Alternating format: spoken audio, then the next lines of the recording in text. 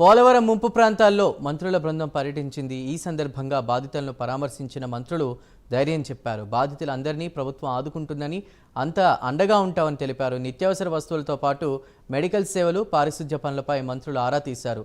పలువురు బాధితుల నుంచి కూడా మంత్రులు వినతులు స్వీకరించారు. ప్రతి కుటుంబానికి నష్టపరిహారం అందిస్తామని, అందరూ ధీమాగా ఉండాలని కోరారు.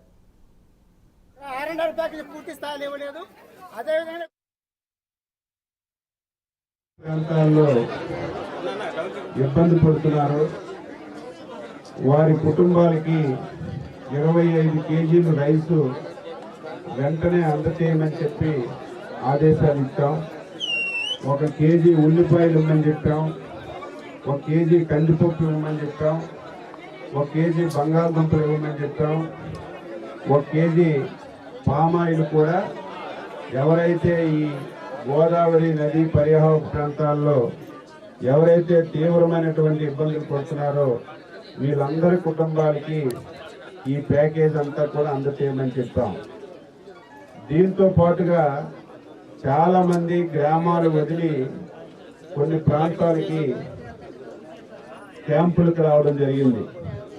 అందులో భాగంగా మేము ఉంటున్నది మనం ఈరోజు ఆర్ఎన్ఆర్ కాలనీ మనం నిర్మాణం చేసుకున్నాం. మనం అడుగుతూ ఉన్నాం, గత వైఎస్ఆర్సీపీ ప్రభుత్వం 5 సంవత్సరాల్లో మరి ఆర్ఎన్ఆర్కి సంబంధించి కాలనీకి 1 అరబస్తా సిమెంట్ గాని 1 రూపాయి గాని ఖర్చు పెట్టినటువంటి పాపాన పాలా. 1 ముఖ్యమంత్రి గాని 1 మంత్రి గాని వచ్చి పలకరించినటువంటి పరిస్థితి 5 సంవత్సరాల్లో కూడా చూడనటువంటి పరిస్థితి, దుస్థితి ఆ రోజు మనందరం కూడా చూడడం జరిగింది. అందుకే ఈ రోజు మేము చెప్తూ ఉన్నాం, ఏదైతే మరి యొక్క నిర్వాసితుల సమస్య మీద మీ అందరి మీద ఇవాళ ఈ ప్రభుత్వానికి సానుభూతి ఉంది. ఖచ్చితంగా అసెంబ్లీలో కూడా మేము అదే చెప్పాం.